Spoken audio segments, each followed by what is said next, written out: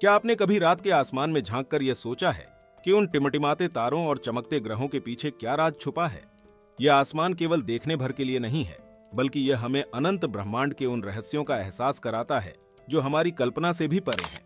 आज हम आपको ले चलेंगे एक ऐसी यात्रा पर जहां सौर मंडल के अद्भुत दृश्य, ब्लैक होल की गहराई और डार्क एनर्जी की शक्तियां आपके सामने खुलेंगी। नवंबर का महीना खगोल विज्ञान प्रेमियों के लिए बेहद खास होता है। जैसे ही सूर्य पश्चिम में ढलता है, आसमान में शुक्र अपनी तेज चमक के साथ दिखाई देता है। यह ग्रह इस समय धनु राशि के तारों के बीच चमक रहा है। धनु राशि वही दिशा है जहां हमारी आकाश गंगा का केंद्र स्थित है। यदि आप किसी अंधेरे और शांत जगह से इसे देखें तो यह नजारा आपको मंत्रमुग्ध कर देगा। आसमान में केवल शुक्र ही नहीं, बल्कि बृहस्पति, शनि और मंगल भी अपनी जगह पर खड़े हैं।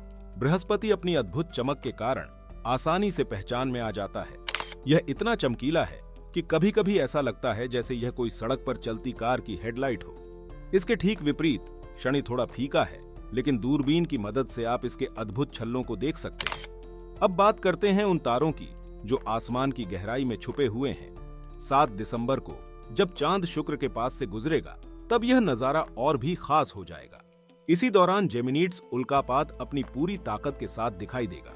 यह उल्कापात साल के सबसे शानदार उल्का बौछारों में से एक माना जाता है, लेकिन इस साल पूर्णिमा के कारण केवल कुछ चमकते उल्काएं ही दिखेंगी।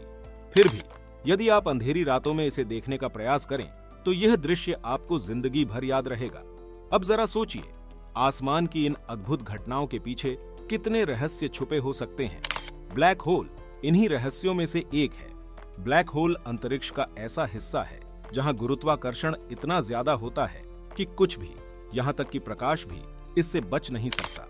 वैज्ञानिक मानते हैं कि ब्लैक होल का निर्माण तब होता है जब एक विशाल तारा अपने जीवन के अंत में ढह जाता है। लेकिन क्या आपने कभी सोचा है कि क्या ब्रह्मांड में आदिकालीन ब्लैक होल भी मौजूद हो सकते हैं? ये ब्लैक होल ब्रह्मांड के शुरुआती दिनों में बने होंगे, जब हर जगह गर्मी और घनत्व अपने चरम पर थे। इन ब्लैक होल को समझना बेहद महत्वपूर्ण है, क्योंकि यह डार्क मैटर की पहेली को सुलझाने में मदद कर सकते हैं। डार्क मैटर ब्रह्मांड का वह हिस्सा है जिसे हम देख नहीं सकते, लेकिन इसके गुरुत्वाकर्षण प्रभाव को महसूस कर सकते हैं। यही डार्क मैटर आकाश गंगाओं को उनकी जगह पर बांधे रखता है। वैज्ञानिकों का मानना है कि अगर आदिकालीन ब्लैक होल वास्तव में मौजूद हैं, तो यह डार्क मैटर के रूप में काम कर सकते हैं। अब अगर हम डार्क मैटर से आगे बढ़ें तो एक और बड़ा सवाल खड़ा होता है, डार्क एनर्जी। डार्क एनर्जी वह रहस्यमय शक्ति है जो ब्रह्मांड के विस्तार की गति को बढ़ा रही है।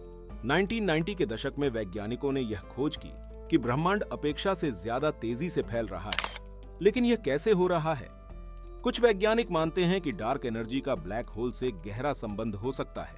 उनका कहना है कि जैसे जैसे ब्रह्मांड का विस्तार होता है, ब्लैक होल अधिक ऊर्जा प्राप्त करते हैं और भारी होते जाते हैं।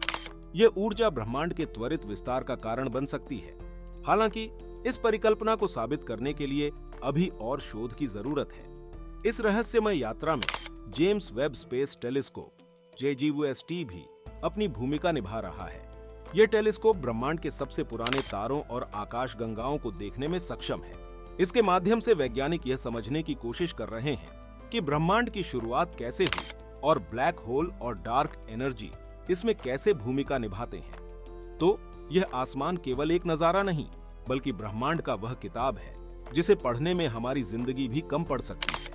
अगली बार जब आप रात के आसमान को देखें तो यह याद रखें कि हर चमकता तारा, हर ग्रह और हर उल्का आपको ब्रह्मांड के रहस्यों से जोड़ने की कोशिश कर रहा है। क्या आपको भी आसमान के इन रहस्यों को जानने में मजा आता है? हमें जरूर बताइए। अगली बार फिर मिलेंगे एक नई यात्रा के साथ। तब तक तारे देखते रहिए और ब्रह्मांड के रहस्यों से जुड़ते रहिए।